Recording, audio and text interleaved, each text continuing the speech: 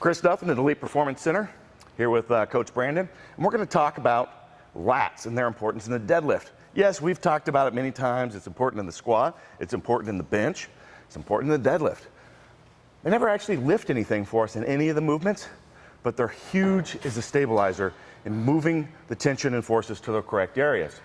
So what we do is we're not actually, so go ahead and hang your hands to your side for a second. You've got this space right back here at the back of the armpit.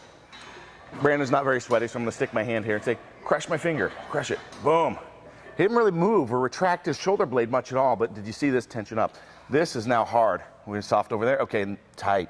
So in the conventional deadlift, it's really easy to think about basically taking that bar and bending it around you this way.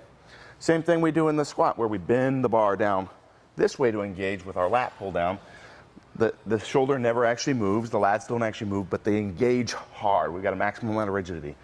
We don't actually want to pull back like this, because then we lengthen our pull, which puts our hips in a worse position, which increases our injury risk to that delicate, well, not delicate, but L4 or L5 that we, when powerlifters have disc injuries, that's typically where it's at. So we want to minimize that. So we want this still hanging away from the head as much as possible. And from here down, imagine this is a strap. We want this just hanging complete as much as possible. The arms aren't doing anything. We're gripping here, and then from here we engage. Boom. And you want to do this right before you go, because this will stiffen. You want all this nice and tight, and then you want to stiffen and pull that into position, which should actually help breaking the bar off the ground. And there's a big difference between getting into a pull. So get in the pull without the lats engaged.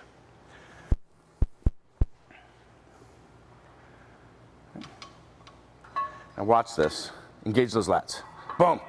Do you see what the bar, his back position, all that did? And you're going to feel it. Go ahead and let loose. Yep. It's very minor. This whole structure only shifted maybe like an inch. Go ahead and do it again. Boom. There we go. See, now we've got this huge stacked torso, tight shoulders, hips right there. He's ready to just fire those hips through. Go ahead. Boom. Wedge those fucking hips under the bar. Okay? That's what we're looking for. Go ahead and pull it with the loose lats. That'll be hard to do, actually. I know, you got to practice being bad. Yeah. I'm going to fuck up your technique for the next 2 months. All right. Boom. So that bar was a little bit more out in front. And actually the weights, if you do it and you forget to do it, because sometimes I do this. I sit up for a heavy pull. I got 700 pounds on the bar. I'll pull it and be like, oh my God, today's an off day. That felt heavy. I'm like, I didn't even think about engaging the lats, because rep number 2 felt great. And that's the thing, you know, think about that second rep on the deadlift. A lot of times it's way easier, because they're already rigid and hard. Your hips go into optimal position. You're already loaded tight. So those are the things that we think about and try to do on our setup. We want to create that same tension without we don't have that eccentric loading like you do on your second rep. So we try to set that up on our first one.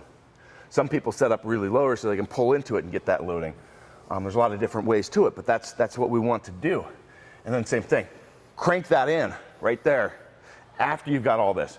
Because if you lock this first, you won't be able to get all this into position, because this will be too tight. This is the last thing that we want to do, is you pull in. Boom! Right there, right as you're ready to go. And you can see how it actually, all this stayed in position, and it actually pulled that bar up, pulled his torso up, and put it right on top of his hips, and he was ready to punch those hips through and finish the lift. So hugely important. You forget this, and you're going to be out there on a conventional. Boom! Right here. Oh God! Versus here, here, here. Big difference, okay? Same thing on the sumo. And that weight is going to feel like it's going to crush you if you get close to maximal weights, if you don't add that rigidity in from those lats. Brandon, you got anything you want to add on that? No, I think you hit it on the head. The lats the arm is essentially a link from the bar to the rest of our body, right? They don't do anything in the deadlift. And if we're finding tension in the lats by extending here, then we're definitely doing it wrong. This should never be extended. If you're having that problem, then we probably have some other issues that we need to fix, you know, maybe somewhere down the chain. Yep. But the lat tightness really comes from here. You should be able to pop off at least a plate on the bar if you do it right. Yep. I can pop 5 plates with my setup. So I can deadlift just over 5 plates. But Yeah, he's exactly right. Because those lats, if you fire them wrong, they will actually want to pull you into extension of that T-spine sometimes, which is what we actually go for when we're in the bench press. You're going to crank those so hard it actually pulls your chest up even higher. So that's the only time we don't do that. We don't do it with the squat. We don't do it with the deadlift. I hate to admit it, but the bench press doesn't really have a whole lot of carryover to anything else that functional. But we still love bench press, and we want to bench press more. Because we're bros. That's right, because we're bros. So, so that's it for this session of lats on the deadlift.